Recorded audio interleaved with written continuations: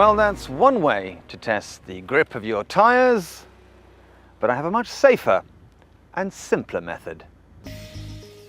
Last year in the UK, 1,168 of us were injured in car accidents where faulty tyres were a contributory factor. 228 of us suffered serious injuries, and sadly, 36 of us died because the tyres on our cars were not properly maintained.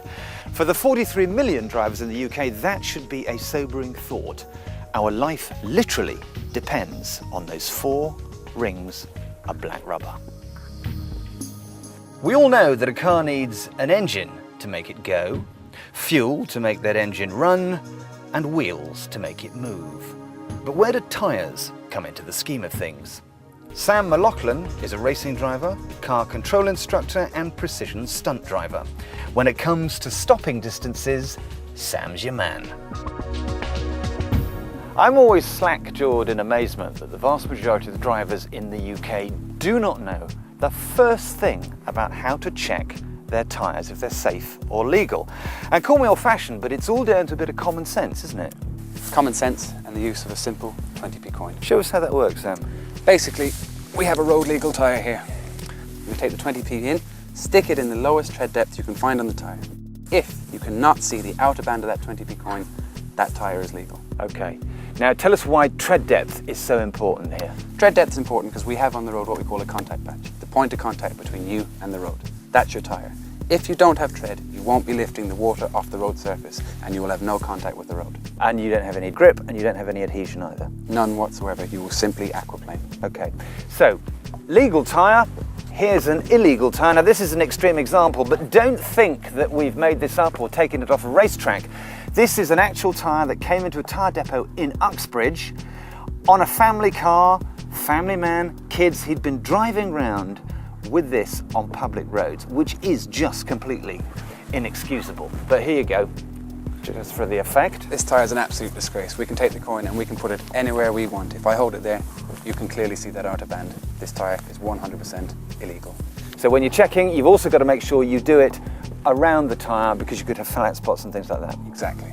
So look, this is not technical, this is not difficult. You do not need to be Stephen Hawking to know how to do this. But if you are in any doubt at all, take your car into a local tyre depot, get it checked by an expert, and do not, emphatically do not ever drive around in a car with tyres like this. And to actually see the difference, we need to do some testing. We're going to simulate some emergency stops in the wet. This is a familiar family car. There are literally hundreds of thousands of hatchbacks like these all over the UK. It's front-wheel drive and has a raft of safety features like ABS, ESP, disc brakes and airbags. So far so good. Our test track has been dampened to recreate typical UK road conditions on a rainy day. Sam is now going to do 2 emergency stop braking distance tests. Now on the first run he'll be using legal but worn tyres with 2 millimeters of tread depth. On the second run he's going to be using illegal tyres with 1 millimeter of tread depth. Now that might not sound a great difference. Watch, you might be surprised. Okay, let's go.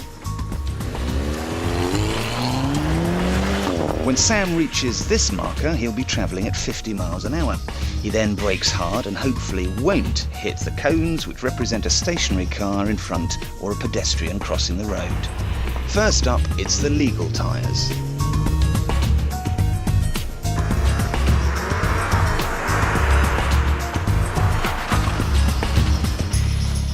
No surprise there then. The legal tyres worked just as they were designed to. The car, the cones and Sam survived for the second test. But this time it's a similar set of worn tyres, but with a legal tread depth.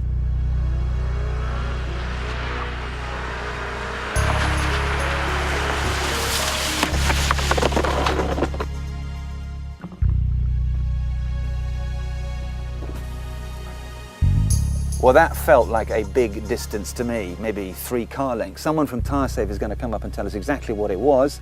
It was actually 17 metres. 17 metres, so actually over 4 car lengths difference between tyres with illegal tread and legal tread. Now that's not just the question of tapping the bloke in the car in front, that is wiping him out. That could be, in my opinion, a potential fatality. Let's just compare both tests one more time. We ran the test under the same conditions several times, and the results were similar.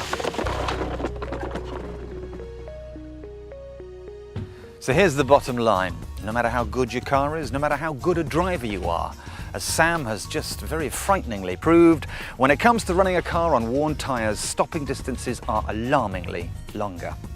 So remember the 20p test. This little silver coin may not buy you much these days, but when it comes to tyres, it could just save your life. Here's how you can do the 20p test.